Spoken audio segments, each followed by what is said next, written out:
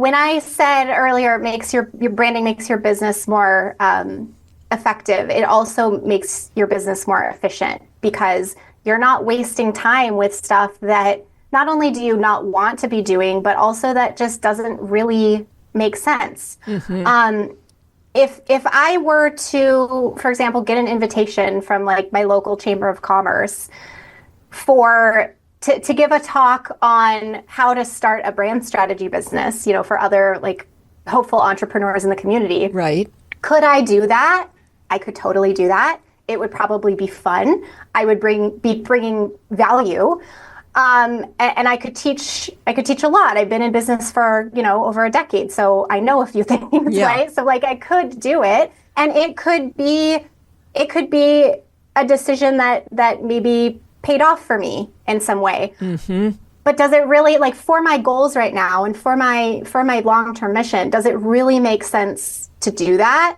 Or does it make sense to either decline that invitation or kind of make a counter offer and say, hey, instead of doing this, I would actually love to give a talk on this for this type of person. Would that interest you? Hey there, and welcome to Money and You. I'm Michelle Perkins, your host. My search for more fulfilling work led me to career and business coaching, where I stumbled upon a game-changing discovery. Money issues often start with our mindset and habits. You see, our relationship with money is the key to overcoming those frustrating financial obstacles. As an entrepreneur, coach, and problem solver, I'm passionate about helping you create a great relationship with money. Because, turns out, that's the foundation for a limit-free life.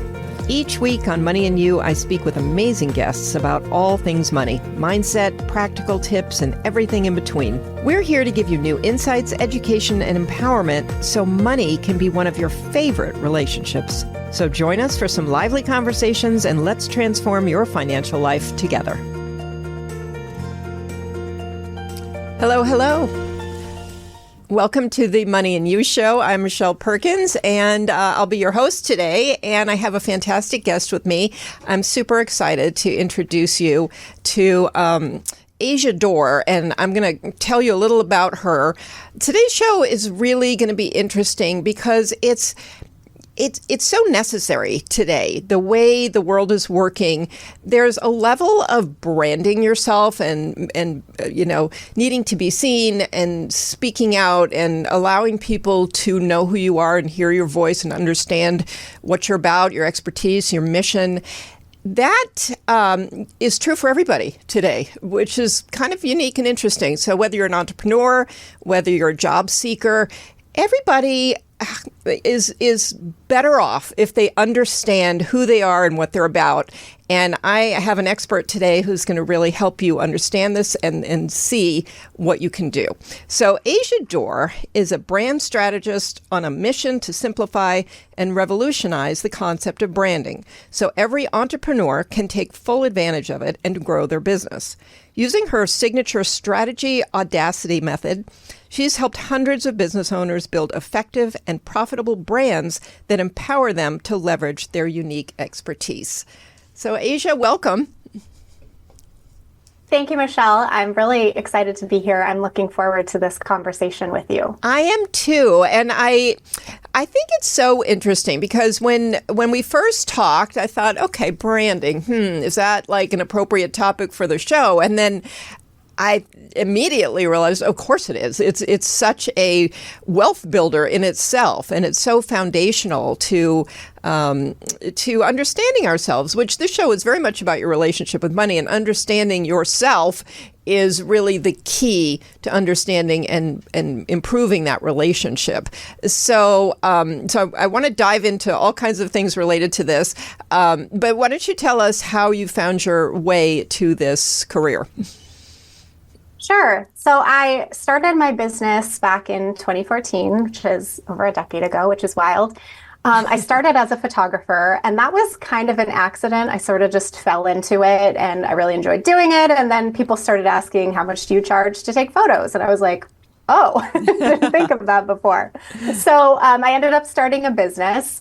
And I made my way through all types of photography, just really experimenting with different subjects and different industries. I was in the wedding industry for a while. And then I made my way to branding photography, not just headshots, but more in-depth, sort of planned photo shoots to help people, bring their brand to life in a visual way.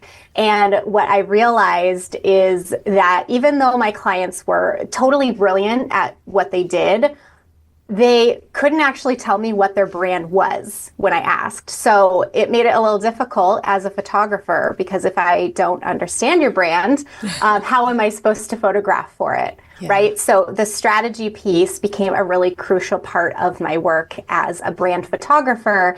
And in 2020, I started to realize that the strategy part was actually the most exciting for me. And so I sort of phased out the photography and started focusing strictly on the strategy. And that's what got me to where I am now, where I just do the brand strategy.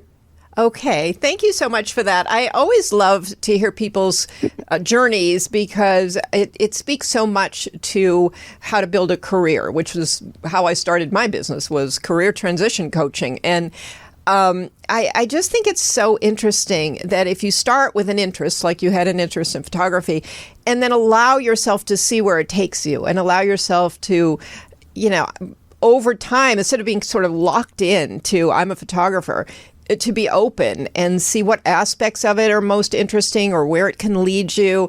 And I feel like a lot of times people like to identify with something and just hold on to that, and they sort of refuse to see some of the signs along the way. Did you have any trouble? Absolutely. Yeah. And it's not just to add to that, it's not just the picking something and not letting yourself evolve, but it's also, I think we often devalue our experiences, especially as experts, but that's kind of a different topic, or maybe a tangent, but we tend to devalue our experiences when our experiences are what make us experts. Like if I had just started out, I want to be a brand strategist. I really don't think I would be as good at what I do if I had done that, if I didn't have those 5 or 6 years of photography and offering a different kind of service and having a different kind of business, because I didn't just learn about photography in that time. I also learned about branding, but from a parallel sort of auxiliary industry. I wasn't learning about branding to learn about branding. I was learning about branding through the lens of my own experiences and also of my clients' real life experiences, instead of just someone teaching me, Asia, this is what branding is and this is how you should be a brand strategist. I got to learn that for myself. Yeah. So to your point about just, letting the journey take you where it's going to take you and following the curiosity and the passions, there's so much value for that. Not just for me and not just for you, but for anyone who wants to be really, really good at what they do. Yeah, I agree. Thank you for that. That was a great answer. I had kind of the same experience where I started out.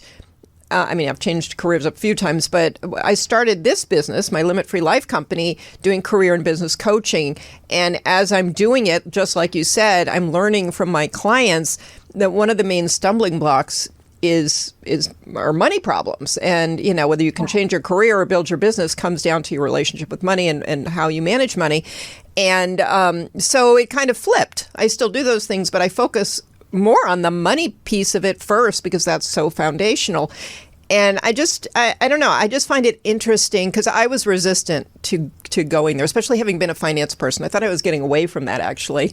And so I had some resistance to going back into it. So anyway, I just find the whole career journey so interesting. And I love people like you who move through and just keep getting closer and closer to, what you really love doing. And I think when you... And I don't think... Go ahead. Oh, sorry. No, go. I don't think either of us are done yet. No, I was going to say that there's too. So much value. Yeah, there's so much value in the pivot and just being like, okay, well, this is just where I'm going. It's hard to it's hard to pivot or evolve because it feels a little bit like you're abandoning what you've already built, or like, oh, but I had all these student loans that I finally paid off. I can't just switch. But it's like, you're not abandoning that part of you. You're not abandoning everything you've learned. Like, all of that gets to come with you. There's so much value in the pivot. So yeah, I doubt either of us are even done with that journey. Thank you for that. I don't think we are either. But that kind of leans into the idea of your relationship with money. So when you brought up, something really significant, when you just pay off your student loans and then you're like, I can't change now because I've invested. And so how was your, did you have some fear around moving into the branding aspect of what you wanted to do? How was your relationship with money? Yeah, no, it was absolutely. I mean, I said that I started, pivoting in 2020, but I don't think I fully did until 2021. It took me an entire year to really just allow myself to let go of the photography piece, because it's like, well, this is how I built my entire business. I can't just stop. That's crazy, right? But as I sort of let myself explore it more and got through. Don't want to say got through. Kind of moved through the imposter syndrome part of it. Yeah. Like, I didn't go to school to learn how to be a brand strategist. I'm completely self-taught, right? Mm-hmm. No one taught me how to do it. It was, I got scrappy through years of experience and research and making my own deductions and my own, connections, really, to see, oh, this is how all of this can work. This is how we are doing it. Why are we doing it like this when we could do it like this? And that's so much better. Yeah. And once I started allowing myself to go down those paths, I just built more self-trust and more self-confidence. And the more conversations I had and the more clients I worked with, it's like, oh, maybe I do actually know what I'm talking about. Like, maybe I do know how to do this. I mean, from the money angle, that's a difficult part of pivoting too, because what I built was reliable and it was technically working. So it's like, why would you want to change that? So in terms of the money part, in my personal experience, that is a really difficult part of the pivot. But I also think that there's smart ways to pivot. I didn't immediately say, okay, no more photography. I built this other thing sort of on the side and allowed myself to still continue offering a service that I know made me money. And I think that helped me in terms of the confidence going into it and the confidence on the money side of it. Yeah, I agree. And I think, people have to find their comfort zone with that. There's a lot of people who say, oh, you got to burn the life rafts and, just move forward. And then there are other people who do things simultaneously, or they keep their day job and build on the side. And I really believe that that's a very individual choice. And somewhat of a financial choice, depending on your situation. It might be way smarter to maybe continue to do something else while you're building your business. So I think it's really interesting to hear how people go about it. So okay, let's talk about branding, because I do feel that branding yourself is a big step toward making more money and more financial freedom. So I'm sure you know this because this is what you do. So can you tell us why branding is important from your expert perspective? Yes. I mean, how much time we have? Let me count the ways. For the purposes of this conversation, it is true that building a strong brand can help your business be more profitable. Or if you don't have a business, if you have a career, it's true that it can help you maybe get a better position or negotiate a higher pay or whatever it is if you have a career.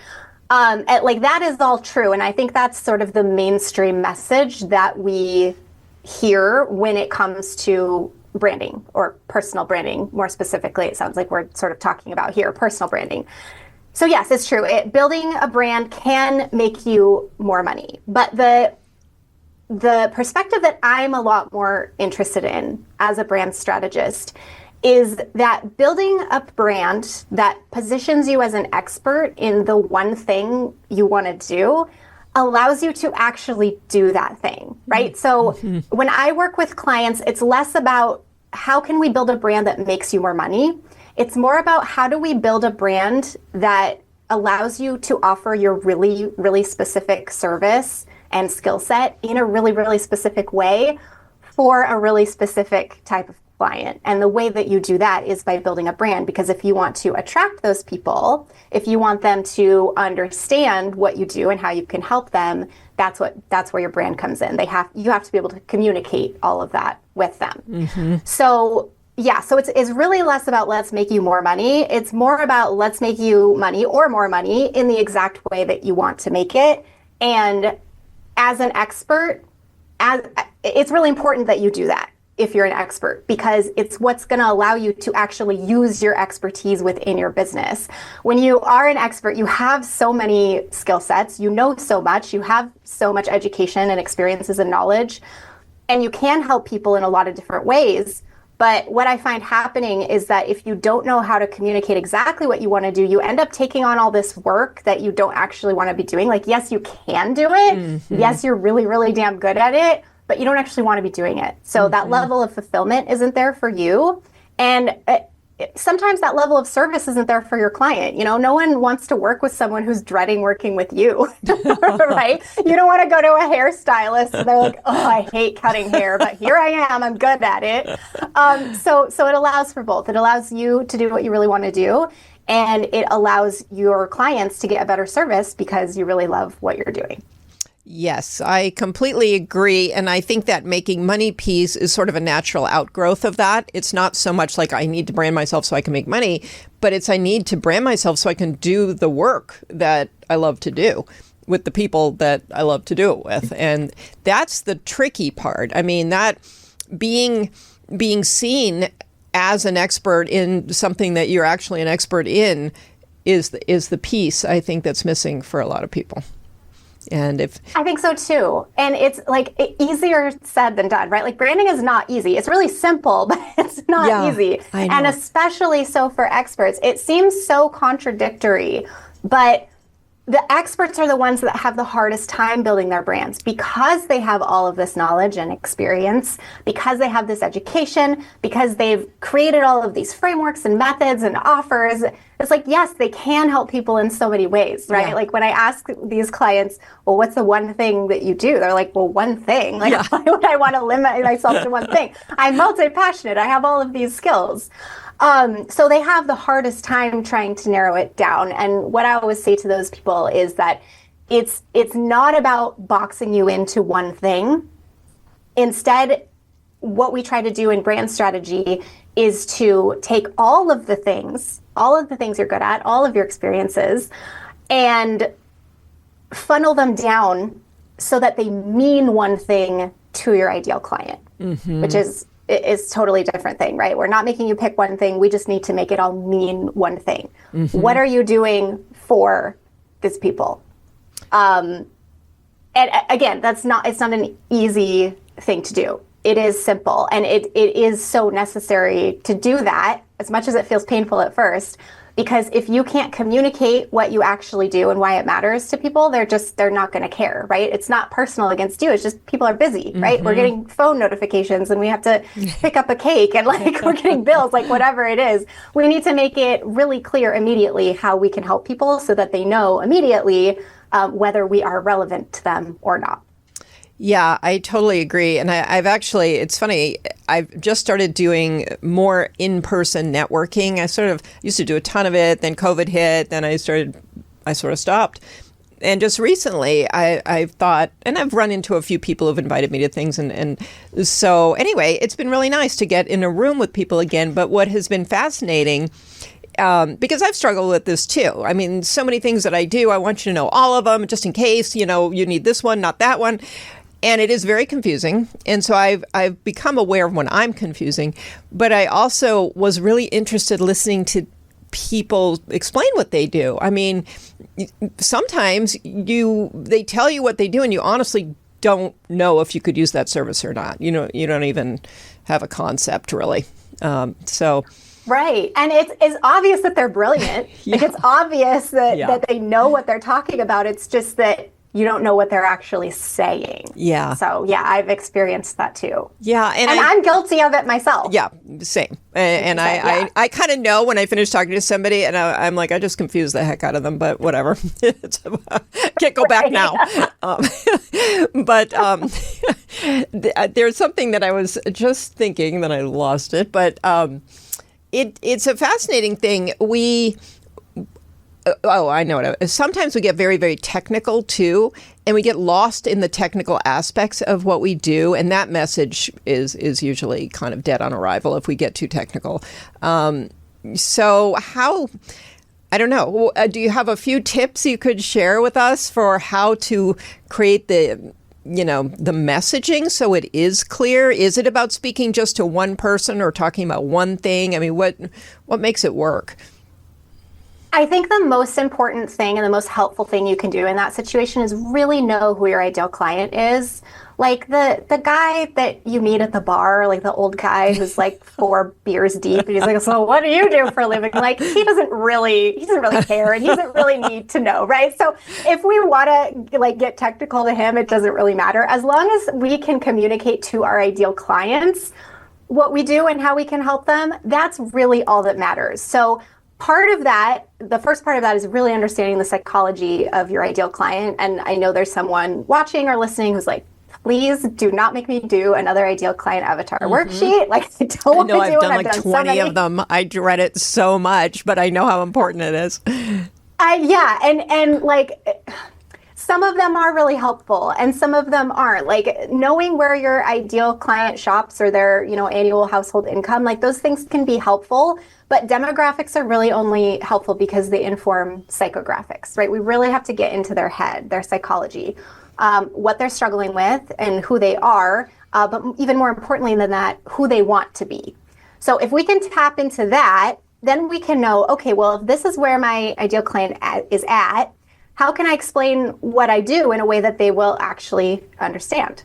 So you're really just putting yourself in their shoes. And that takes some trial and error. It's not just you're going to do one client worksheet and be done, right? And it's something that it evolves as well. So that's the first thing, is get really clear on your ideal client. And then secondly, go test it out. You said you went to in-person events. Like that's a really good way to do it. Facebook networking groups just online, asking for feedback from people. Hey, does this make sense when I say it like this?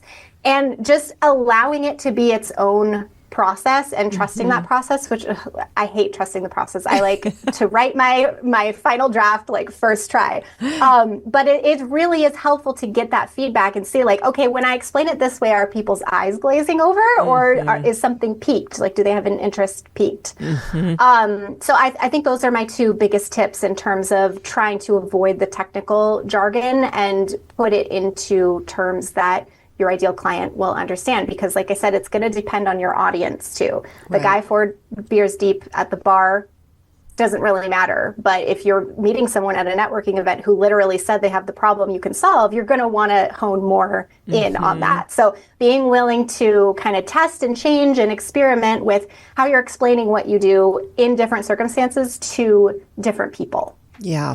Yeah. And if people don't understand what you do and you're just not going to, you're not going to sell services or products or whatever it is you're trying to, or yourself in a job interview. I mean, it just isn't, it's not going to land. And so that is obviously problematic from a financial standpoint as well. So, I find this really interesting. I also think when you talk about what you do, that part's important, but I worked with a branding strategist years and years ago, and she would talk about your brand being the experience you want your client to have, which I always I could connect with that a little better. What would your comments be around that? Yeah, she was definitely onto something there. Your brand is really just your reputation, and your reputation is really just how people feel about you. And you can totally rephrase that into it's someone's experience with you. So it's Yeah, I would say, Yeah. I agree with that. Yeah, in different terms maybe, but it's the same concept. Yeah, and I kind of liked it because then I could visualize myself working with clients, and sort of think, okay, well, what experiences were really good, and try to somehow communicate that experience to people. But it is all about communication. So, and that is hard stuff for everybody. And what about, isn't it? I mean, I just got a new communication book I'm super excited about. I think, oh God, I hope I don't screw up his name. Jefferson, and I feel like I'm getting the last name wrong, Parker, I think. Anyway, it's a great new book. He's a trial attorney who learned a lot about communication from his work as a trial attorney. And I've heard him on so many interviews, and it's just like, wow, that is the perfect answer, like, to whatever the subject is. So, but communication is just the key, literally, to everything. So how do you help people learn to just communicate better if they're not so great at it? Oh, that is such a great question. But first of all, what you said about communication and as it relates to branding, 100% absolutely. It is the most underrated branding tool. Actually, people very much underappreciate the value of branding when it comes to anything, really, but especially in branding, especially because branding it leads to relationships, and communication is critical in relationships. So communication is also a skill. And I think that's something that we don't really think about. We kind of just assume like, oh, I'm not good at that. Or, we take it as like a personality trait. If people never understand what I mean, people don't listen to me, whatever it is. Communication is a skill. There are a lot of brilliant people who teach courses and give seminars on how to be a better communicator. So for someone who is not, or thinks they're not, or has a hard time with that, I mean, there are certain things that I've learned about communication that I can help them with, but I think the most value I can bring as a brand strategist in that situation is to just offer an outside perspective. I have worked with entrepreneurs in so many industries, and a lot of times people will try to get me to get really specific about what kind of industry entrepreneur I like to work with. And I refuse to do it because what I do can apply to so many different industries. I'm sure, Michelle, you have the same experience. So what I can offer is an outside perspective. Yeah. I'm typically not in the industries of the clients that I'm working with. I'm not in their same industry. So I can come into it fresh, but also come into it without knowing technical jargon, without knowing history, without knowing the trends, right? I can come into it with a fresh perspective and look at it a little bit more objectively. And I think that just that alone can help people get out of their industry bubbles. I'm in an industry bubble too. Like I'm very much in the branding industry bubble, right? So if I work with someone to work on my brand, I want someone who can do the same thing, who can say, okay, well, you're over here and I'm over here. Let me show you what I'm seeing. Because just because someone's a bad communicator doesn't mean they're dumb, right? Right. My clients are all very smart. So it's less about let me teach you how to be a better communicator, because that's not necessarily my forte, and more about here's what I'm seeing so that you know what you need to go do to be better at communicating. I feel like I lost my point a little bit there, but did that make sense? Yeah, it does make sense. Okay. And I think it's a great point. And just a correction, not Jefferson Barker, Jefferson Fisher. He wrote a book called The Next Conversation, and it's really excellent. But okay. I think I totally think you're on it, and I think it's great to, like you said, to have an outside perspective. I personally love the fact that you're not typically in the industry of the person I prefer that. I prefer having people who are not in the coaching world, because the jargon's all the same. Everybody, is sort of offering things in the same way. And I think it's very helpful to go outside of your industry and look for, ideas and perspectives and feedback from people who aren't in your industry. I agree. That's also a great content tip. Like my favorite thing to do when I'm like, oh, what do I want to talk about today? Is go like listen to a podcast about something completely different, like science or something. Yeah. Because like as an expert, you'll pick out little things and see how they're relevant to what you do. And it allows your content even to be a little bit more fresh instead of just regurgitating what everyone else is saying. So just a little content idea tip. Yeah, I love that. I love that. I think, we can kind of understand the point of having brand strategy. I do know sometimes it's very hard to you put a lot of things in motion. You're kind of waiting to see, what works and what doesn't. And while there should be a strategy before you do all that, I find that most people I know just dive in and start, this is popular right now, or everybody's on, this platform or that platform doing this, so I'm going to do it. I know the value of having a strategy. It's very similar to money. I mean, you can do all kinds of things, but if you don't have a strategy, you're really just throwing a lot of spaghetti at the wall, and you don't even know what your goal is. I mean, the strategy is set to bring you to a certain goal. And so, but I do know it's hard. I do know it's hard to stop trying things and step back and spend the time on a strategy. So what I don't know, what's the motivation there that you can provide to help people see the value? I mean, there is, to be clear, like there is a lot of value of trying things out. We already talked about that earlier. So like I don't work with entrepreneurs unless they've been in business for, typically like over a year. I would prefer like 3 years at least, because so much of your brand is built through trial and error. A lot of times we think we know what we want. We think we know where we're going, and then we try stuff out and we're like, oh, whoa, nope, not that.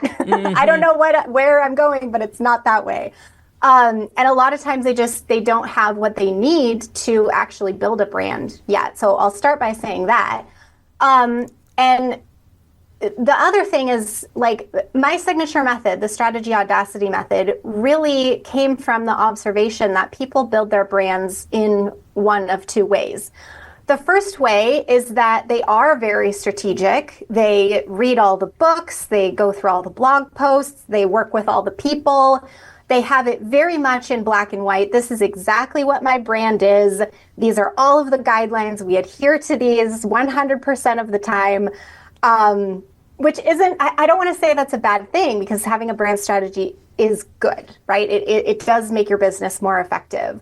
But if you're building it too soon, or if you're building it too rigidly, it's not going to give you the flexibility to evolve, not just as a business owner, but also just as a human, because you are not a brand, right? You are a human or a business owner or a career person with a brand.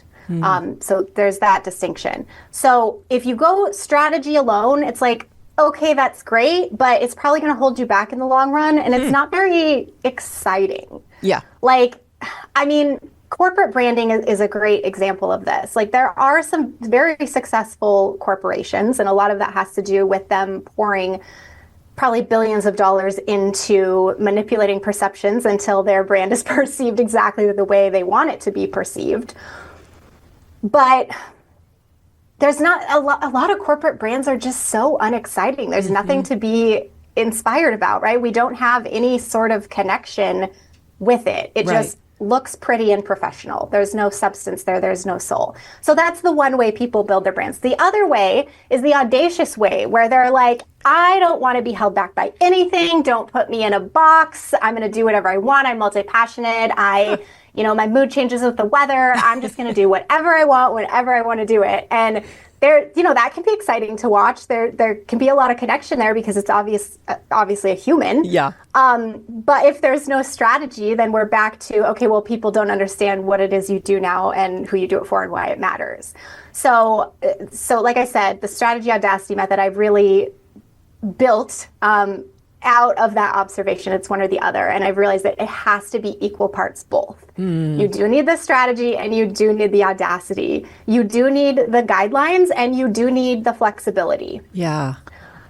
So in terms of, okay, well, I'm going. I don't want to stop and focus on my brand.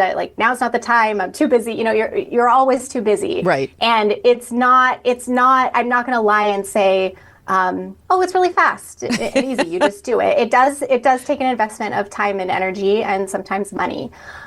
But the results of that is a brand that is both effective and profitable, but also unique and flexible and allows you to evolve with you. And if we go back to that conversation we first had, it's what gives you the freedom to use your very specific skill set, working with a very specific type of client in a very specific type of way.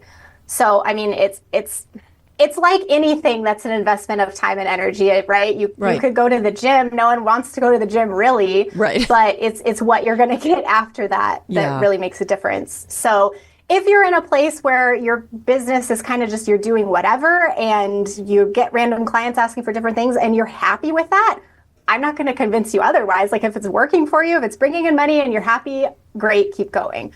But if you're at a point where you're like, I'm dreading this project, or I really don't want to work with this type of client anymore, this is the thing that I really want to do right now. Like me with photography, photography, it's okay, but I really want to focus on the strategy. I want to work with a client who trusts me to help them build out their strategy.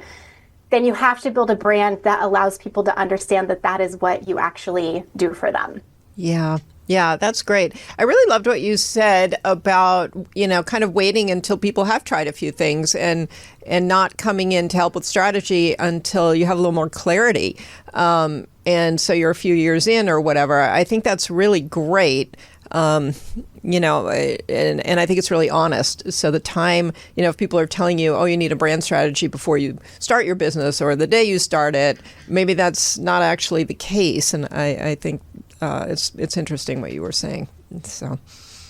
Yeah. I mean, there is so much power in the trial and error process and experimentation. And, if someone comes to me brand new and asks, can you help me build my brand? Of course I can, right? But what I would probably do is send them resources to kind of research the basics of branding and how to start and what sort of things to start thinking about. And then once they've taken that on their own and kind of have their own journey with it, then come back to me and let's talk about what you learned and what you liked and what you didn't like. Yeah. And, I do think people have kind of a mistaken idea that branding is about, and this is an aspect of it, but the colors and the fonts and, your logo and all of that. And while that's important, that's not going to work for you, on its own, selling your services for you. And so, some are pretty clever, that's for sure, but branding goes way beyond that. Yeah, visual branding is really important, especially now where the internet is just full of nonstop content all the time. Visual. Yeah. Even video now, right? And sounds even. So those things are really important. But if you don't have the brand strategy, your logo, what is your logo representing? Yeah. It's just going to be a pretty picture. Yeah. So you have to have the strategy piece before you move into the other visual stuff. So tell me, if you would, some actionable steps people can take. I know we've covered a few, but are there some that we haven't covered that people can take to sort of stand out? Because that's really the key here. I mean, whatever it is that you do, you probably got thousands of other people or potentially more than that doing what you do. So how the point of branding is to help you stand out as well.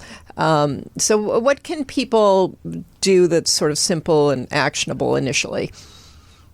So I mentioned branding was not easy, but it is simple. There's really only 5 steps. The first step is you need to figure out exactly what it is you're doing. Literally just what you do, right? And if it's all the things, then okay, how do we narrow that down so that it means one thing? So figure out what you do. The second thing is to figure out who you do it for. That's your ideal client. That's when I was talking about the psychology and really just getting into their head of what they're struggling with and what they want and who do they want their identity to be is probably the biggest one. Mm-hmm. Who are they going to be after their problem is solved by you?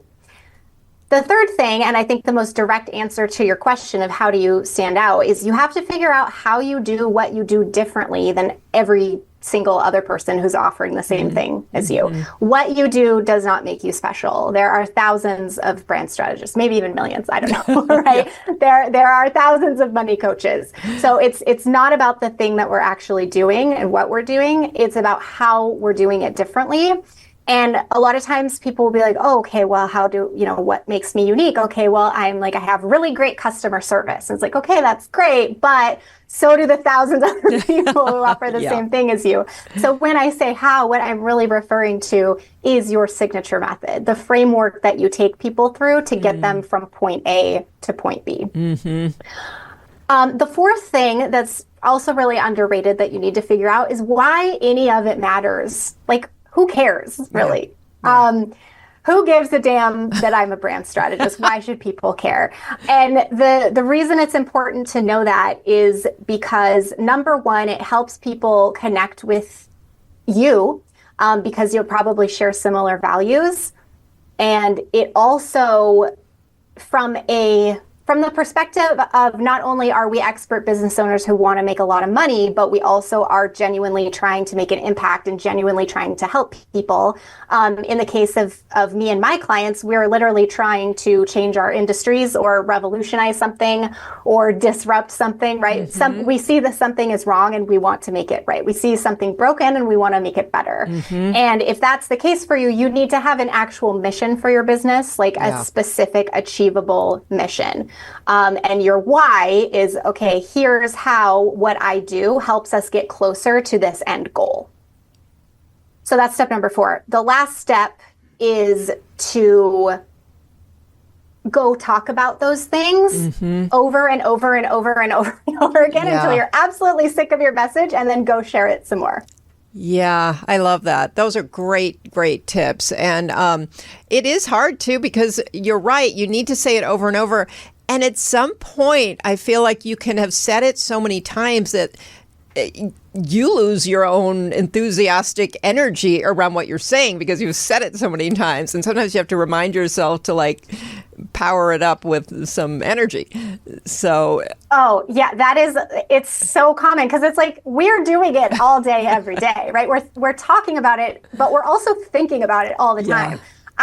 This is probably like a weekly or monthly thing where I wake up and I'm like, Asia, what are you doing? Like, what are we doing here? I don't know. Does anyone care?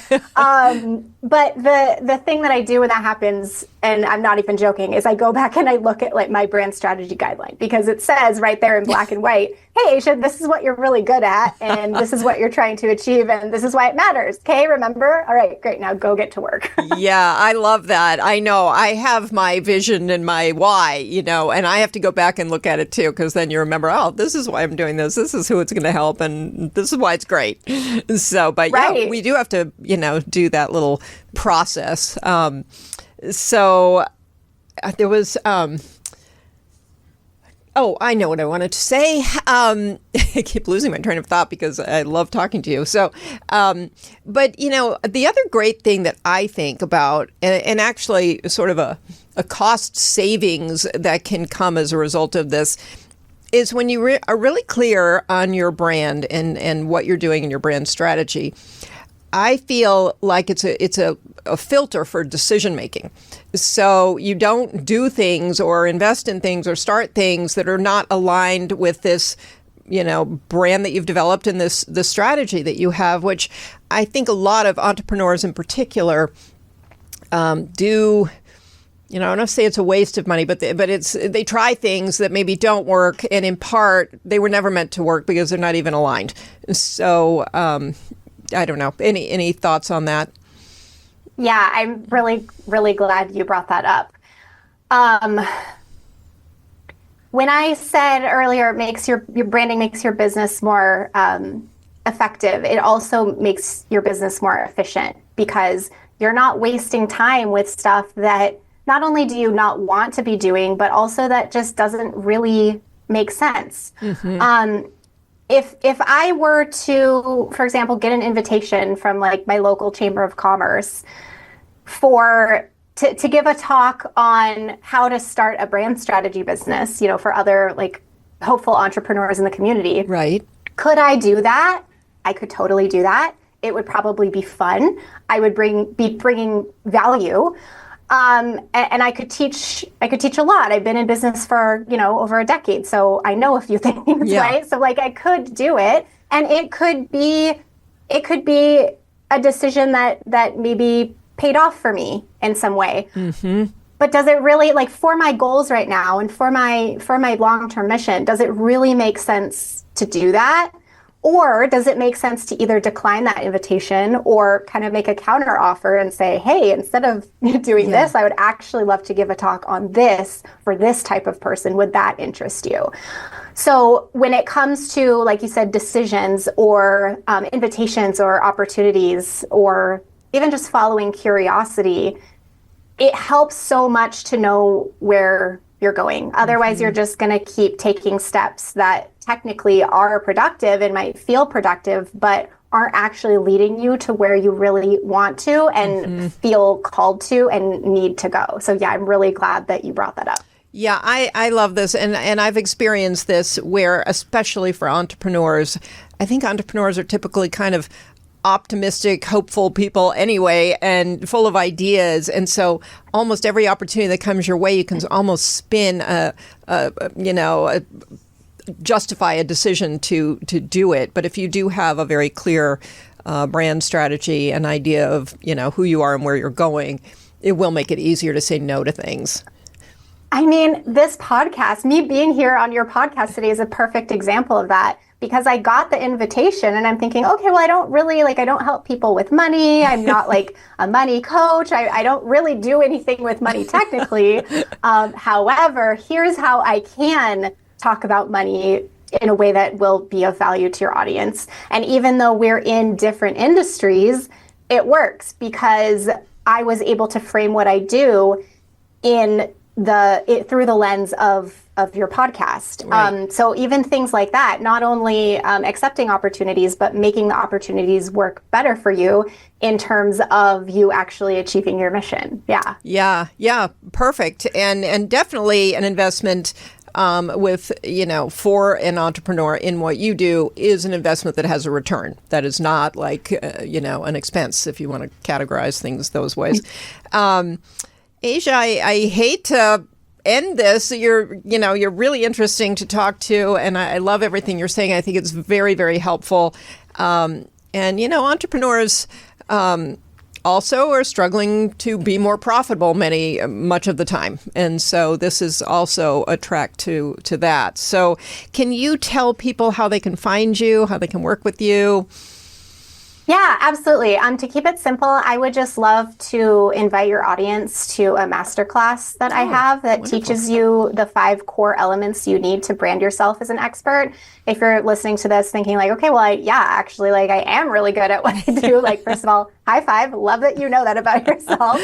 But if that's kind of where it stops and you're like, but what do I do with that? And how do I start moving my business in the direction where I actually want to go? Then this masterclass is going to really help you in terms of knowing like exactly what you need in order to make that happen and make that possible. And the link to that is just asiadore.com/masterclass. Thank you. That's fantastic. Yeah, that's a great way for people to start. And then there'll be information, I'm assuming, there or on your website if people want to reach out to you.